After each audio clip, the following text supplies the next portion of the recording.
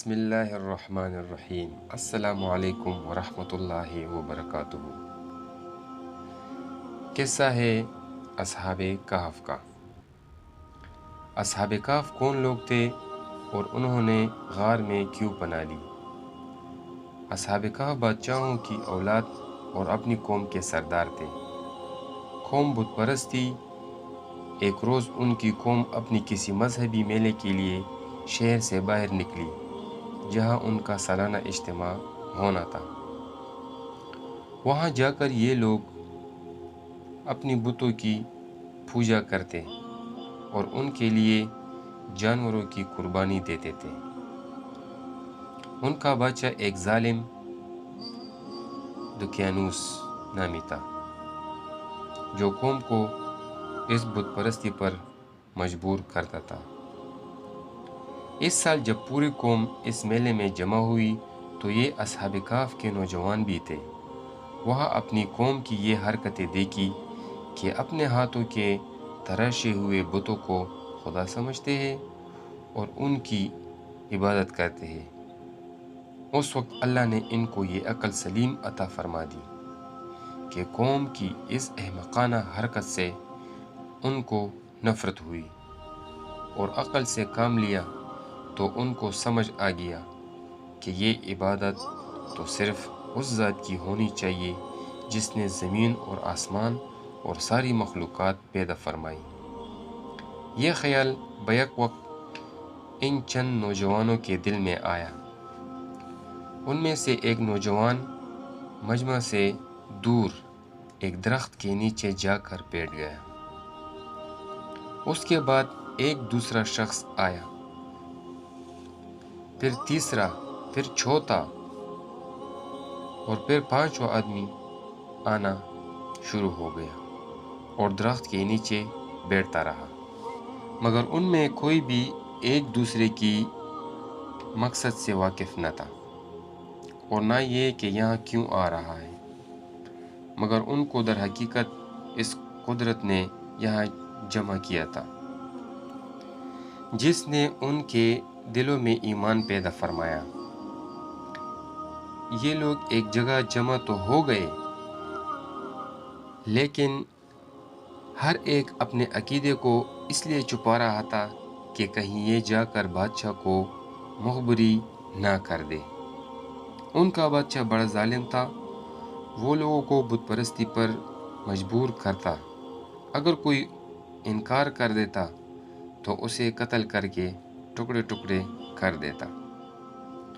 کچھ دیر خاموشی کے بعد ایک شخص بولا، مناسب یہ ہے کہ ہم ایک دوسرے کے خیال سے واقف ہو جائیں۔ ایک شخص بولا کہ میں نے اپنے قوم کو جس عقیدے پر پایا ہے، مجھے یقین ہو گیا ہے کہ وہ باطل ہے۔ عبادت صرف اللہ کی ہونی چاہیے، جس کا کوئی شریک نہیں۔ اب دوسروں کو بھی موقع مل گیا اور ان میں سے ہر ایک نے اپنے عقیدے کا اظہار کیا۔ اب یہ ایک ہم خیال جماعت بن گئی۔ انہوں نے اپنی ایک الگ عبادت گاہ بنا لی۔ اللہ کا کرنا کہ اس جماعت کے بارے میں بادشاہ کو خبر مل گئی۔ بادشاہ نے سب کو حاضر ہونے کا حکم دیا۔ یہ لوگ دربار میں حاضر ہوئے تو بادشاہ نے ان سے پوچھا۔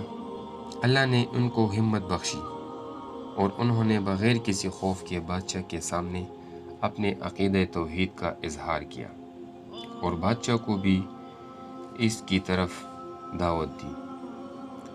بادشاہ نے ان کے بدن سے شاہی پوشاک اتار دی تاکہ یہ اپنے معاملے میں غور کرے، اور غور کرنے کے لیے ان کو چند روز مہلت دی۔ اس مہلت نے ان لوگوں کے لیے راہ فرار کھول دی اور یہ لوگ یہاں سے بھاگ کر ایک غار میں روپوش ہو گئے۔ جب یہ اس غار میں داخل ہو گئے تو ان پر نیند طاری ہو گئی۔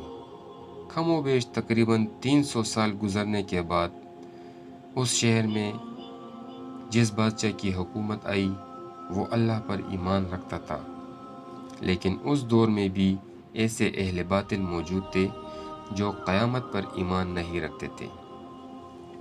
اس بادشاہ نے اللہ سے دعا کی کہ یا اللہ ان لوگوں کے اس باطل عقیدے کو کسی طرح ختم کر دے۔ ادھر اللہ نے اصحاب کہف کو اٹھایا اور یہ لوگ سمجھ رہے تھے کہ ہم اسی رات کے صبح میں اٹھائے گئے ہیں جس رات کو سوئے تھے۔ پھر معمول کے مطابق انہوں نے عبادت کی اور پھر ایک دوسرے سے سوال کیا کہ ہم آج کچھ زیادہ سوئے ہیں۔ ایک نے کہا ایک دن، دوسرے نے کہا ایک دن سے کم سوئے ہیں۔ پھر ایک کو پیسے دیے کہ جا کر کھانے کے لیے کچھ لے آؤ۔ جب وہ چپ چاپ کر شہر کی طرف جا رہا تھا تو بڑا حیران ہوا، وہاں پر ساری نشانیاں مسلمانوں کی تھی۔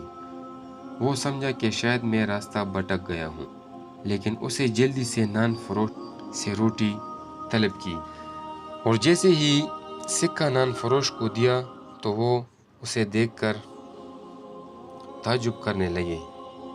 وہ سمجھے کہ شاید اس کو کوئی خزانہ مل گیا ہے۔ لوگ اسے پکڑ کر بادشاہ کے پاس لے گئے۔ بادشاہ کے سامنے اس شخص نے ساری سچائی بتا دی۔ بادشاہ اس کے ساتھ غار کی طرف چل دیا اور سب لوگ اس کے ساتھ چل دیے۔ بادشاہ نے جب یہ ماجرا دیکھا تو بڑا خوش ہو گیا کہ اللہ نے میری دعا سن لی۔ غار کے اندر جا کر ان سے بات کی اور پھر ان لوگوں سے رخصت فی امان اللہ کی۔ بادشاہ واپس چل دیا اور یہ لوگ اپنی آرام گاہ پر واپس سو گئے۔ بادشاہ نے ان کے لیے سار کی لکڑی کے صندوق بنا کر اس میں ان لوگوں کی لاشوں کو رکھ دیا اور اس غار کے پاس ایک مسجد بنا لی جس میں وہ بادشاہ ہر سال خوشی منانے کے لیے لوگوں کو جمع کرتا، اور لوگ قیامت کے عقیدے پر ایمان لے آئے اور اس بادشاہ کی دعا اللہ نے قبول کر لی۔